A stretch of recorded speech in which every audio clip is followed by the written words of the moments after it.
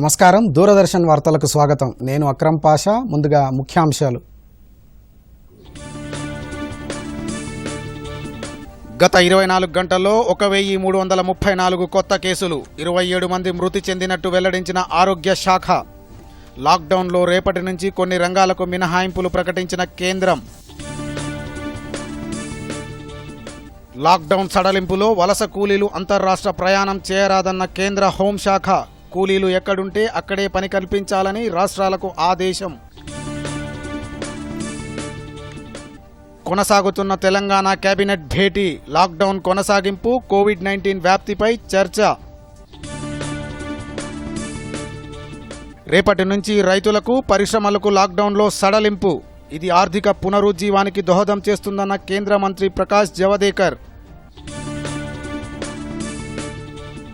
China వైఖరిపై మరోసారి ఆగ్రహం వ్యక్తం చేసిన అమెరికా అధ్యక్షుడు. కరోనా వ్యాప్తికి చైనాయే కారణమైతే పరిణామాలు తీవ్రంగా ఉంటాయని హెచ్చరిక. వివరాలు. తెలంగాణ రాష్ట్ర మంత్రి మండలి సమావేశం కొనసాగుతోంది. మధ్యాహ్నం ప్రగతి భవన్లో ముఖ్యమంత్రి కేసీఆర్ అధ్యక్షతన ప్రగతి భవన్లో సమావేశం ప్రారంభమైంది. ఈ సమావేశంలో లాక్డౌన్ ఆంక్షల సడలింపుపై కేంద్ర ప్రభుత్వం ఇచ్చిన మార్గదర్శకాలు అమలు చేయాలా వద్దా అనే అంశంపై చర్చిస్తున్నారు. ఒకవేళ అమలు చేస్తే కలిగే లాభ నష్టాలను కేబినెట్ బేరీజు వేస్తుంది. లాక్డౌన్లో కొనసాగించాల్సి వస్తే చేపట్టాల్సిన సంక్షేమ చర్యలు వంటి అంశాలపై కూడా చర్చిస్తున్నట్టు సమాచారం.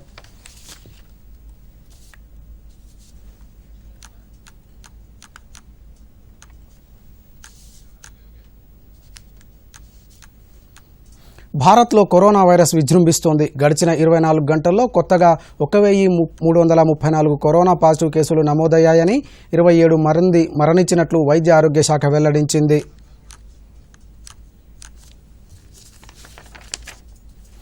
దీంతో దేశంలో ఇప్పటివరకు నమోదైన మొత్తం కేసుల సంఖ్య 15,712కు చేరిందని, వారిలో 5,507 మంది మరణించినట్లు కేంద్ర ఆరోగ్య సంస్థ వెల్లడించింది.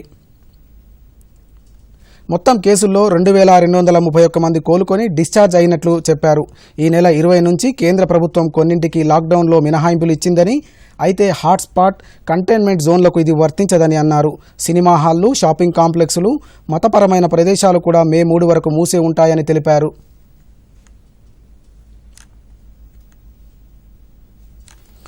ఇప్పటి వరకు దేశంలో 3,86,791 శాంపుల్స్ను పరీక్షించామని, శనివారం ఒక్కరోజే 37,173 టెస్టులు చేశామని భారత వైద్య పరిశోధన మండలి సీనియర్ సైంటిస్ట్ గంగా ఖేడ్కర్ తెలిపారు.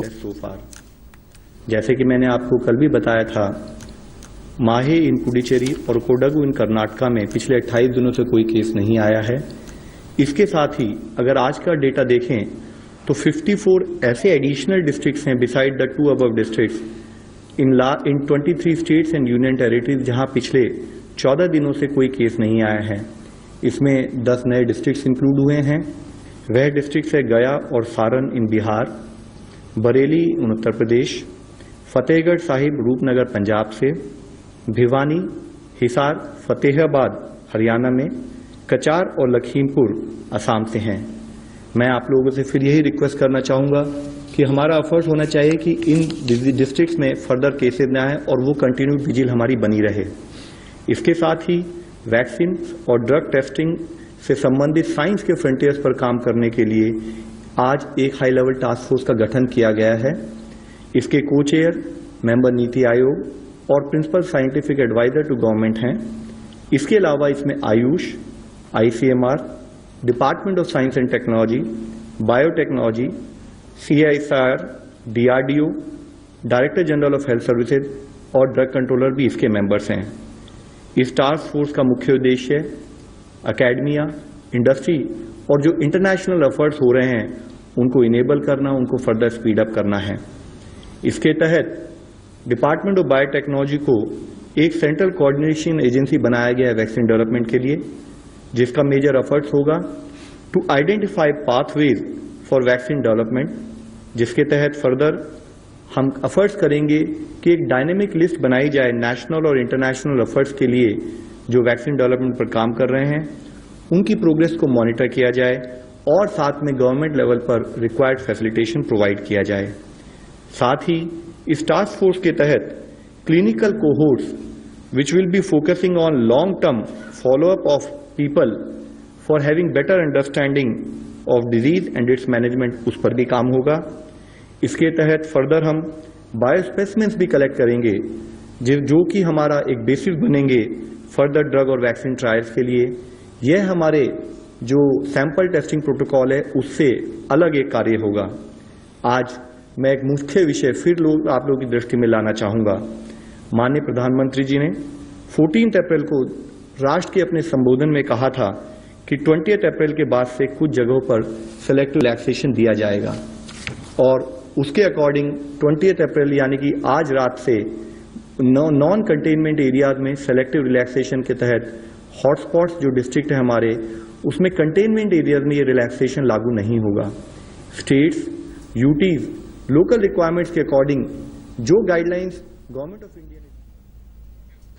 సోమవారం నుంచి కేంద్ర ప్రభుత్వం లాక్డౌన్లో వ్యవసాయం పరిశ్రమలకు సడలింపునిస్తుందని కేంద్ర మంత్రి ప్రకాష్ జవదేకర్ తెలిపారు. ఇది వ్యవసాయ రంగానికి ఎంతో మేలు చేస్తుందన్నారు. ఈ సడలింపు వల్ల ఆర్థిక పరిపుష్టి లభిస్తుందని ఆయన ఈ సందర్భంగా చెప్పారు.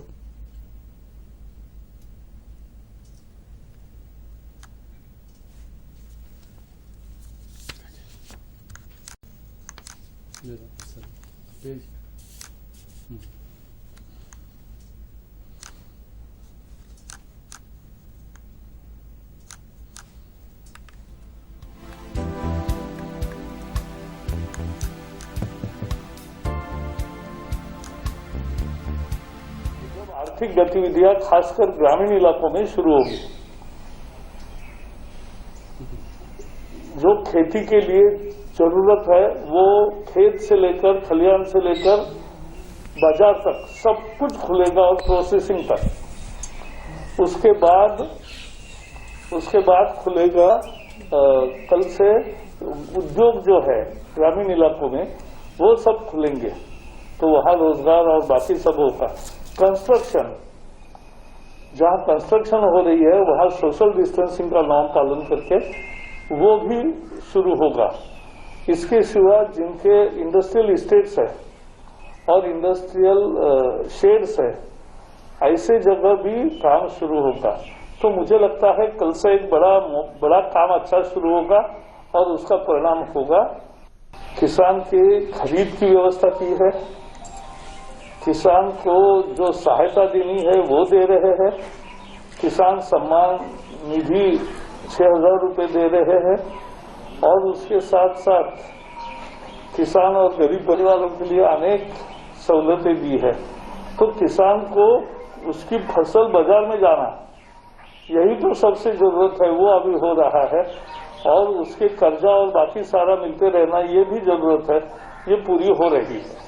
देश में एक विश्वास निर्माण होगा शहरों में भी कि हम भी जल्दी मात देंगे कोरोना को, तो हमारे यहाँ भी जल्दी इकोनॉमिक एक्टिविटी शुरू होगी।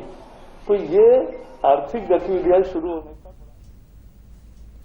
లాక్డౌన్కు సడలింపులిస్తున్న ప్రాంతాల్లో వలస కూలీల అంతర్రాష్ట్ర ప్రయాణానికి ఆయా రాష్ట్రాలు ఎట్టి పరిస్థితుల్లోనూ అనుమతులు ఇవ్వొద్దని కేంద్ర హోంశాఖ ఆదేశించింది. లాక్డౌన్ కారణంగా వివిధ శిబిరాల్లో చిక్కుకుపోయిన వలస కార్మికులు ఏ పని చేయగలుగుతారో స్థానిక అధికారులు తెలియజేయాలని కేంద్ర హోంశాఖ సూచించింది. అంతే తప్ప ప్రస్తుతమున్న శిబిరాల నుంచి మాత్రం బయటకి ప్రయాణం చేయవద్దని హోంశాఖ అధికారులకు సూచించింది. స్థానిక అధికారులు కూడా వారు ఏ రంగాల్లో తమ సేవలు అందించగలుగుతారో గుర్తించాలని తెలిపింది. దేశ ఆర్థిక పరిస్థితిని దృష్టిలో ఉంచుకొని హాట్స్పాట్ లేని కేంద్రాల్లో సోమవారం నుంచి కొన్ని ఆర్థిక కలాపాల కోసం కేంద్ర ప్రభుత్వం అనుమతినిచ్చింది.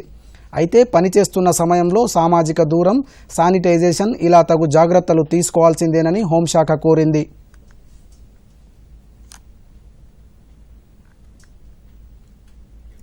రంజాన్ మాసంలో ముస్లింలంతా ఇంట్లోనే ప్రార్థనలు జరుపుకోవాలని కేంద్ర మైనారిటీ వ్యవహారాల శాఖ మంత్రి ముఖ్తార్ అబ్బాస్ నఖ్వీ విజ్ఞప్తి చేశారు. కరోనా వ్యాప్తిని నిరోధించేందుకు ముస్లింలంతా సహకరించాలని కోరారు.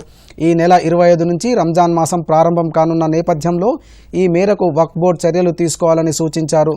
ప్రార్థనల కోసం మసీదులు, దర్గాలకు వెళ్లొద్దని విజ్ఞప్తి చేశారు.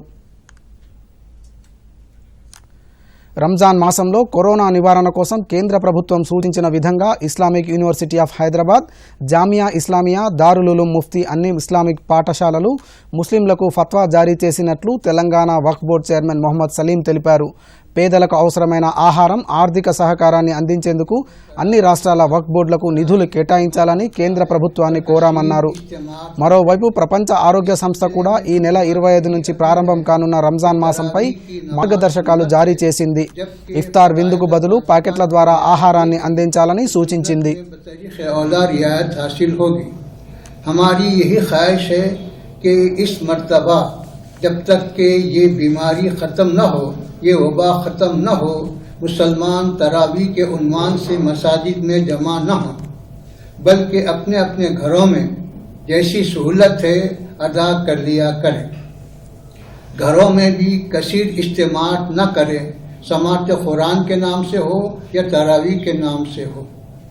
और इसी तरह जो है हम तमाम मुसलमानों से अपील करते हैं कि इफ्तार पार्टियां और दीगर इस किस्म की और चीज़ें ख़त्म कर दी जाएं. उन तमाम रसूमात को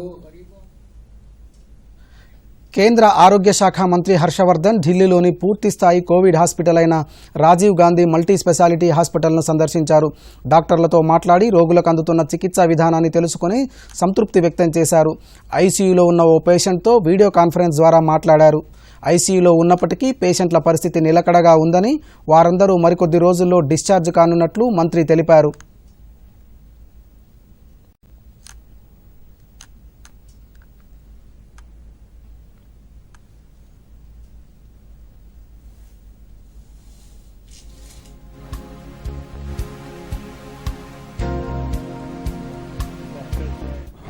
नर्सेज हैं, दूसरे कर्मचारी हैं, उनके साथ सबके साथ मिलना हुआ है.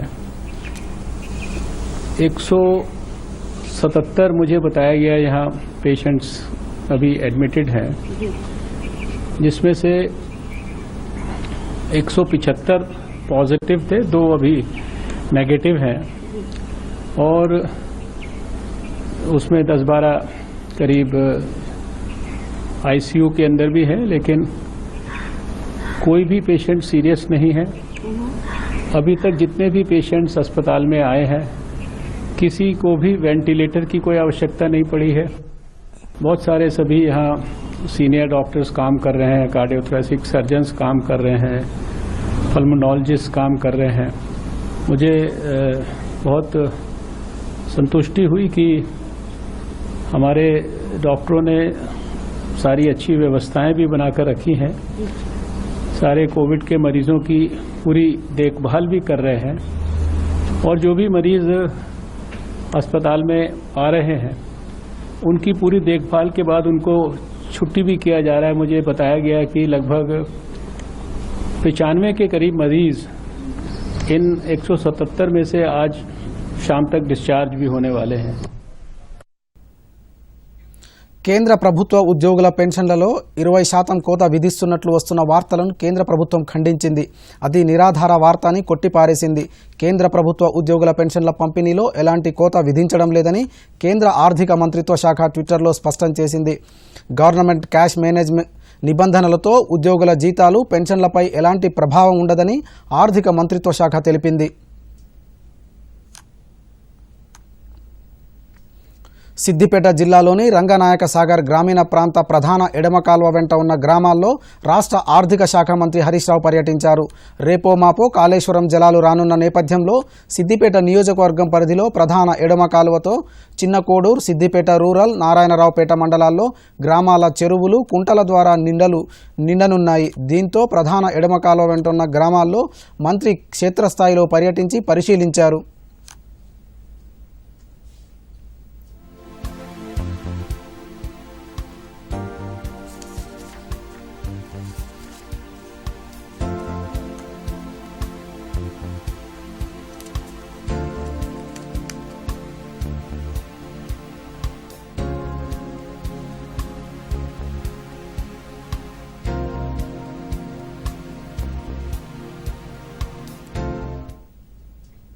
హైదరాబాద్లో స్విగ్గీ ఫుడ్ డెలివరీ బాయ్గా పనిచేస్తున్న ఓ యువకుడికి కరోనా పాజిటివ్గా తేలింది.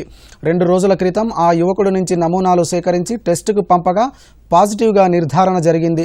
తెలంగాణలో ఓ ఫుడ్ డెలివరీ బాయ్కు వైరస్ సోకడం ఇదే మొదటిసారి. అతనికి ఎలాంటి ట్రావెల్ హిస్టరీ లేదని తెలిసింది. అతని నుంచి డెలివరీ తీసుకున్న వారి వివరాలను పోలీసులు సేకరిస్తున్నారు.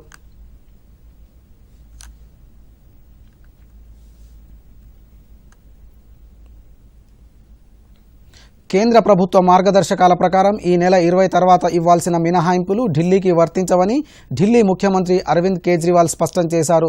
లాక్డౌన్ యథావిధిగా కొనసాగుతుందని చెప్పారు.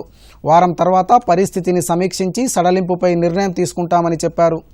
ఢిల్లీలో కోవిడ్-19 పాజిటివ్ కేసుల సంఖ్య పెరుగుతుండటంతో ముఖ్యమంత్రి కేజ్రీవాల్ ఈ నిర్ణయం తీసుకున్నారు.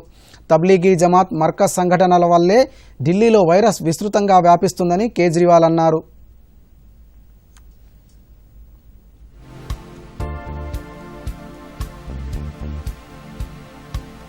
कोरोना तेजी से फैल रहा है, पर अभी स्थिति नियंत्रण के बाहर नहीं है, स्थिति नियंत्रण में है। स्थिति चिंताजनक है, पर घबराने की जरूरत नहीं है। अपने को सबको अनुशासन में रह के इसको कंट्रोल करने की जरूरत है। तो आज जब ये निर्णय अपने को लेना है कि कल से कुछ ढिलाई देनी है कि नहीं देनी, मैं भी देना चाहता हूं ढिलाई। इतनी सख्ती बड़ी मुश्किल हो जाती है। कैसे लोगों का गुजारा चलेगा, कैसे लोगों की रोजी रोटी चलेगी, कैसे लोगों का घर चलेगा। लोग बहुत मुश्किल में हैं, बच्चों के स्कूल बंद हैं। हम भी ढिलाई देना चाहते हैं, लेकिन ढिलाई देना बड़ा आसान है। और ढिलाई दे दी और स्थिति बहुत खराब हो गई, और उसके बाद अगर आईसीयू कम पड़ गए और अस्पताल के बेड कम पड़ गए और वेंटिलेटर कम पड़ गए और ऑक्सीजन कम पड़ गई और पता नहीं कितनी अगर जानें चली गई, तो हम कभी अपने आप को माफ नहीं कर पाएंगे।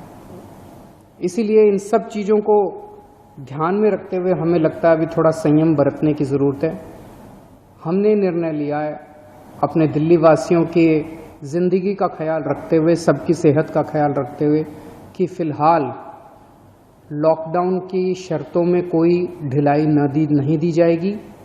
एक हफ्ते के बाद फिर से हम सारे एक्सपर्ट्स के साथ बैठ के, सबके साथ बैठ के इस पे दोबारा इसकी असेसमेंट करेंगे, और अगर ज़रूरत पड़ी तो उसके बाद ढिलाई दे सकते हैं। लेकिन फ़िलहाल दिल्ली में किसी तरह की कोई ढिलाई नहीं दी जा रही है। భూపాలపల్లి జిల్లా కేంద్రంలో 3 కరోనా పాజిటివ్ కేసులు వెలుగు చూడడంతో పోలీస్ యంత్రాంగం అప్రమత్తమైంది. పాజిటివ్ కేసులు వెలుగు చూసిన సింగరేణి క్వార్టర్స్ ప్రాంతాల్లో బ్యారికేడ్స్ ఏర్పాటు చేశారు. పోలీస్ బందోబస్తును పటిష్టం చేశారు. లాక్డౌన్లో భాగంగా జిల్లా కేంద్రంలో రోడ్ల మీదకు వచ్చే వాహనాలు తనిఖీ చేస్తున్నారు. అత్యవసరమైతే తప్ప అనవసరంగా రోడ్ల మీదకు రావద్దని, ఇళ్లలోనే ఉండాలని సూచిస్తున్నారు. ప్రభుత్వం ఆదేశించినట్టుగా ప్రతి ఒక్కరూ మాస్కుతో బయటకు రావాలని, లేకపోతే కఠిన చర్యలు తీసుకుంటామని డీఎస్పీ సంపత్రావు హెచ్చరించారు.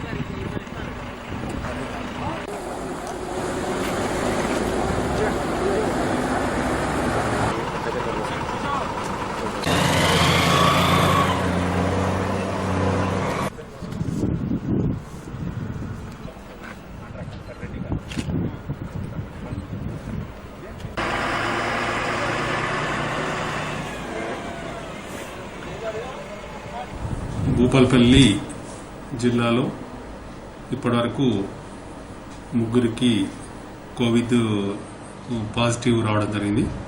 ముఖ్యంగా రహీం అని ఎవరైతే ఢిల్లీ వచ్చారో ఆ ప్రార్థన వచ్చిన అతనికి మొదట రావడం జరిగింది.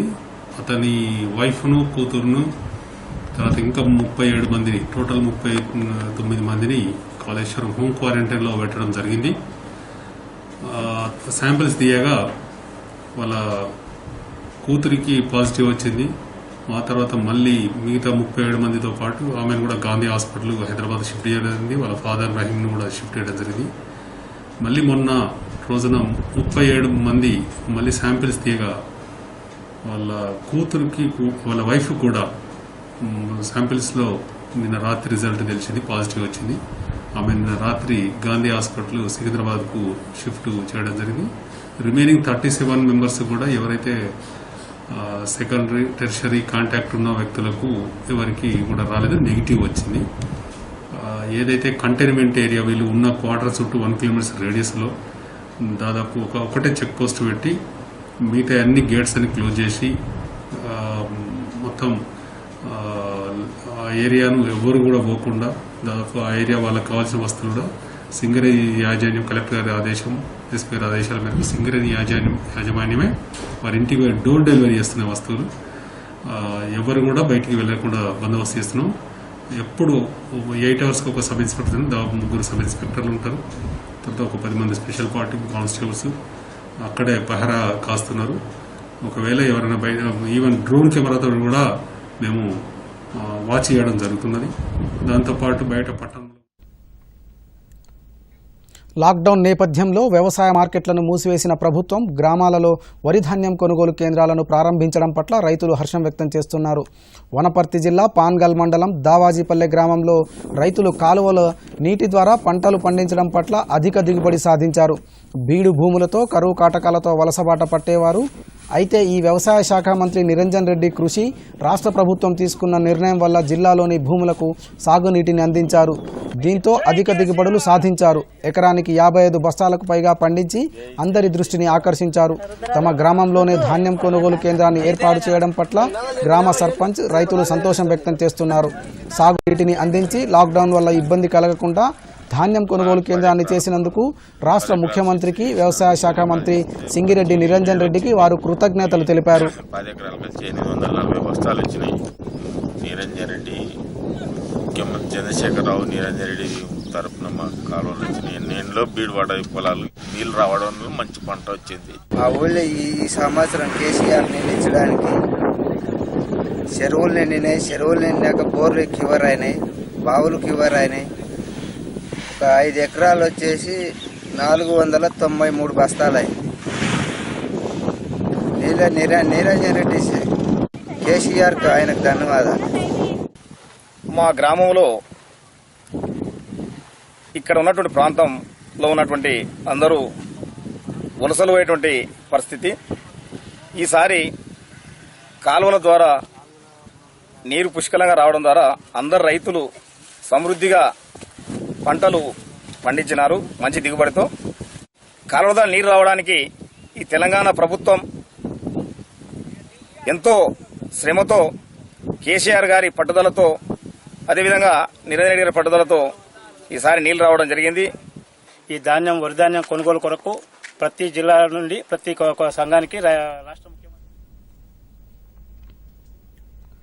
కొమురం భీం ఆసిఫాబాద్ జిల్లాలో రోజు రోజుకు పెరుగుతున్న కరోనా పాజిటివ్ కేసులతో ప్రజలు భయాందోళనలకు గురవుతున్నారు. తాజాగా కరోనా పాజిటివ్ ఉన్న వ్యక్తి కుటుంబంలో 6 సంవత్సరాల పిల్లవాడికి జైనూర్ బ్రాంచ్ పోస్ట్ మాస్టర్కు కరోనా పాజిటివ్ సోకింది. దీంతో జిల్లాలో కరోనా పాజిటివ్ కేసుల సంఖ్య 5కు చేరినట్లు జిల్లా వైద్య ఆరోగ్య అధికారి కుమ్రం బాలు వెల్లడించారు. పోస్ట్ మాస్టర్తో కాంటాక్ట్ అయిన 16 మంది పోస్టల్ ఉద్యోగులను క్వారంటైన్కి తరలించినట్లు ఆయన తెలిపారు. వీరి కుటుంబ సభ్యులకు పరీక్షలు నిర్వహించి హోం క్వారంటైన్లో ఉండాలని సూచించినట్లు తెలిపారు. అన్ని పోస్ట్ ఆఫీసులలో శానిటేషన్ చేయాలని ఆదేశాలు జారీ చేసినట్లు చెప్పారు. తెలంగాణలో రైతులు గోనె సంచుల కొరకు ఇబ్బందులకు గురి కావద్దని త్వరలోనే వరంగల్ పట్టణంలో గోనె సంచుల తయారీ కర్మాగారాన్ని ఏర్పాటు చేయనున్నట్లు ముఖ్యమంత్రి ప్రకటించారని గిరిజన స్త్రీ శిశు సంక్షేమ శాఖ మంత్రి సత్యవతి రాథోడ్ తెలిపారు. మహబూబాబాద్ జిల్లా కురవి, మరిపెడ మండలాల్లోని పలు గ్రామాల్లో ఐకేపీ ఆధ్వర్యంలో ఏర్పాటు చేసిన వరి ధాన్యం, మొక్కజొన్న కొనుగోలు కేంద్రాలను మంత్రి ప్రారంభించారు. ఈ సందర్భంగా మంత్రి మాట్లాడుతూ తెలంగాణ రాష్ట్రంలో రైతులు ఇబ్బందులు పడొద్దని, దేశంలో ఎక్కడా లేని విధంగా 30,000 కోట్ల రూపాయలు కేటాయించి రైతులు పండించిన ప్రతి గింజని కొనుగోలు చేస్తున్న ఘనత సీఎం కేసీఆర్కే దక్కుతుందన్నారు. రైతులు 6 గాలం శ్రమించి పండించిన పంటలను దళారులకు అమ్మి మోసపోకుండా కొనుగోలు కేంద్రాల్లో విక్రయించినట్లయితే అన్ని పంటలకు ప్రభుత్వం మద్దతు ధర లభిస్తుందన్నారు.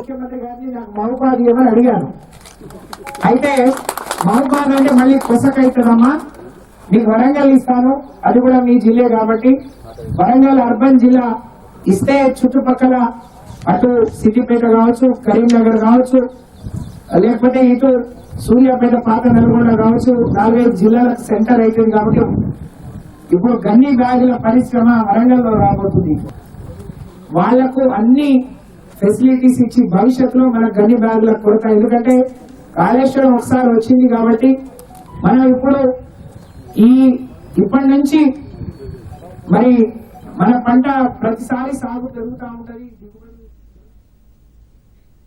కరోనా కట్టడిలో భాగంగా లాక్డౌన్తో ఉపాధి కోల్పోయి ఇబ్బంది పడే వారికి ప్రధానమంత్రి జన్ధన్ ఖాతాదారులకు నెలకు 500 చొప్పున అందించడంతో లబ్ధిదారులు ఆనందం వ్యక్తం చేస్తున్నారు. వరంగల్ రూరల్ జిల్లా పరకాల మండలం కేంద్రంలో పలువురు మహిళలు తమ ఖాతాలో జమ అయిన డబ్బును బ్యాంకులకు వెళ్లి తీసుకున్నారు.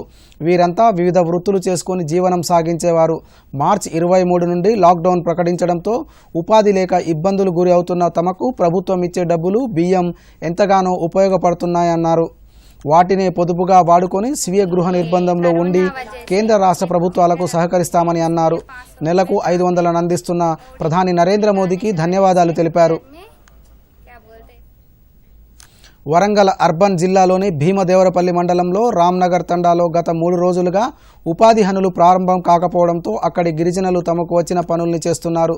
జిల్లా డిఆర్డీఓ శ్రీనివాస్ కుమార్ ఆ ప్రాంతంలో జరుగుతున్న పనులను ఆకస్మికంగా తనిఖీ చేసి కూలీల వివరాలు అడిగి తెలుసుకున్నారు. వరంగల్ అర్బన్ జిల్లాలో 25 లక్షల రూపాయల విలువైన పని దినాలతో ఉపాధి హామీ పనులను చేపడుతున్నామని, లాక్డౌన్లో కూడా కేంద్ర రాష్ట్ర ప్రభుత్వాలు ఉపాధి హామీ పనులకు మినహాయింపు ఇవ్వడంతో పాటు పనులు చేయించుకోవచ్చని ప్రకటించడంతో అర్బన్ జిల్లాలోని 130 గ్రామాల్లో గ్రామీణ ఉపాధి హామీ పనులు జరుగుతున్నాయని అన్నారు. అన్ని గ్రామాలలో తమ యంత్రాంగం ద్వారా ఉపాధి హామీ పనులు చేపడుతూ ఉపాధి హామీ కూలీ పనులు కావాలనుకునే వారికి 100 రోజుల పని ఇస్తున్నామని డిఆర్డీఓ శ్రీనివాస్, ఎంపీడీఓ తెలిపారు.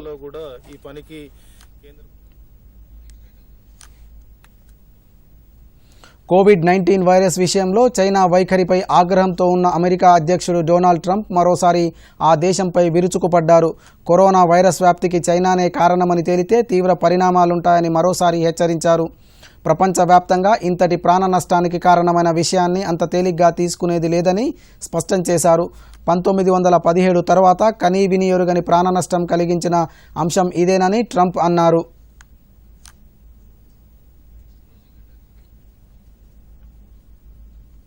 వార్తలు ముగించే ముందు ముఖ్యాంశాలు మరోసారి. గత 24 గంటల్లో 1334 కొత్త కేసులు, 27 మంది మృతి చెందినట్టు వెల్లడించిన ఆరోగ్య శాఖ. లాక్డౌన్లో రేపటి నుంచి కొన్ని రంగాలకు మినహాయింపులు ప్రకటించిన కేంద్రం. లాక్డౌన్ సడలింపులో వలస కూలీలు అంతర్రాష్ట్ర ప్రయాణం చేయరాదన్న కేంద్ర హోంశాఖ. కూలీలు ఎక్కడుంటే అక్కడే పని కల్పించాలని రాష్ట్రాలకు ఆదేశం.